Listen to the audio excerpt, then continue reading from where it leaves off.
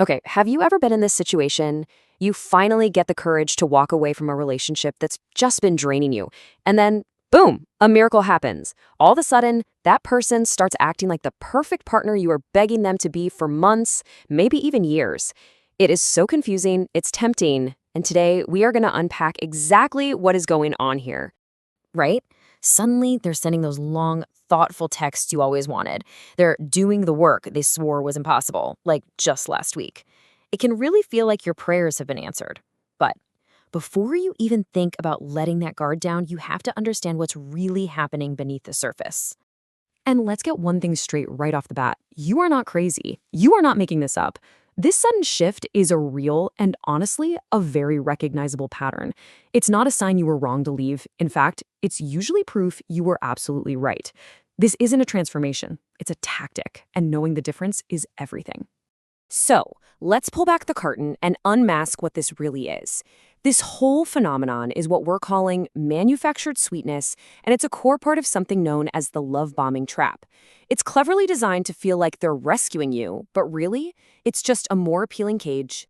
Because here's the psychological truth of it all. When you decide to leave, when you finally set that boundary, a toxic person doesn't register it as losing a partner they love. No, they register it as losing control.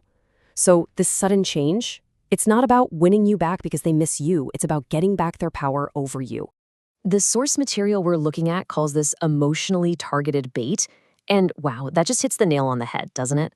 It works so well because it's perfectly aimed at the one thing you've been holding onto, your hope. You wanted this version of them for so long that when it magically appears, your logic just kind of goes out the window, and that hope grabs the steering wheel. So how do you cut through all this confusion? How do you see through the love bombing? Well, you have one simple, incredibly powerful tool. It's a single question that brings everything back into sharp focus. That's it. Just 2 words. Ask yourself, why now? Seriously, where was all this effort when you were pleading for it? Where was all this kindness when you were tying yourself in knots just to keep the peace? The timing. The timing tells you everything. I mean, think about it. Look at the contrast. When you were pleading for connection, they were unavailable, dismissive, or just silent. But now that you're walking out the door, they're suddenly doing the work, sending these amazing texts and making all the promises in the world. The only thing that actually changed wasn't them. It was your location and their access to you. So here's the difference you need to burn into your brain. Real, genuine change. It's quiet. It's slow and steady. And it's consistent. It happens for them, not at you. But this manufactured sweetness, oh, it's loud, it's fast, and it is incredibly convenient for them, isn't it? It's a performance with one goal, reel you back in. And you know what happens once it works? That dream version of them disappears just as fast as it showed up. Okay, so you see the trap, you recognize it. Now, how do you keep yourself from falling right back in? The antidote is all about shifting your focus away from their words and onto their history. Here are 4 steps that are going to guide you. First, watch their patterns, not their promises. Words are cheap, right? But consistent action, that costs something. Second, if they swear they've changed, great. Give them plenty of space to prove it over a long period of time without you being there to watch over them. And these last 2 steps, these are the real game changers. Let's talk about the pause. When that perfect, heart-wrenching message hits your phone, your gut reaction might be to feel relieved, to jump right back in.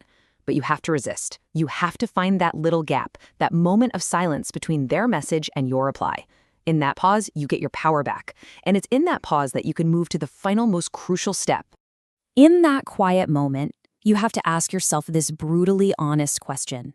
Do they miss me, my personality, my heart, my soul? Or are they panicking because they miss my utility?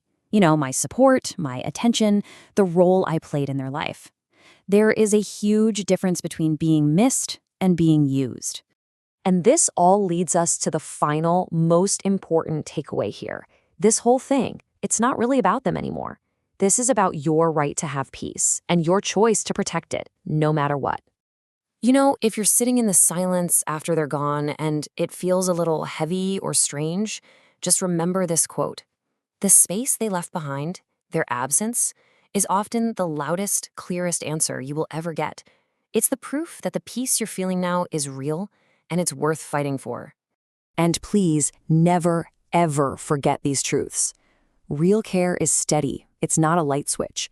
It doesn't use warmth as a reward or coldness as a punishment. And you are not a hospital designed to fix broken people. You are not a bottomless well for someone else to drain. You deserve the same consistent, unwavering care you so freely give. So don't let some temporary, manufactured version of someone trick you into going back to a storm you've already survived. Your strength, your resilience, the fact that you made it through all of that, that's all the proof you ever need that you are more than enough. So the final question isn't about them at all. It's about you.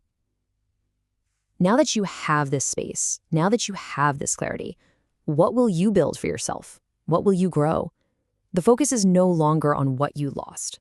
It's on everything that is now possible.